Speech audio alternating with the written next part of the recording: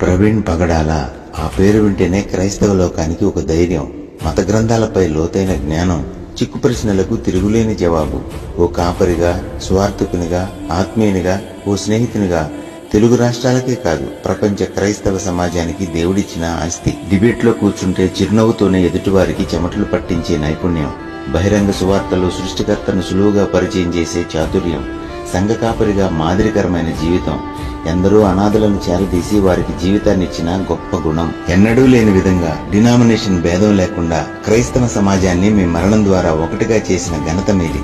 మీరిచ్చిన స్ఫూర్తితో కెమెరాల ముందే కాక రాజమండ్రి హాస్పిటల్ దగ్గర ప్రభుత్వ ప్రతినిధులతో సేవకులు న్యాయం కోసం గళవిప్పిన తీరు వర్ణనాతీతం. కొవ్వూరు టోల్గేట్ దగ్గర సీసీ ఫుటేజీలో చివరిసారిగా మిమ్మల్ని చూసిన మేము అదే టోల్గేట్ దగ్గర వీడ్కోలు పలుకుతున్నాము. మీ మరణం స్టెఫన్ మరణాన్ని గుర్తు చేస్తుంది.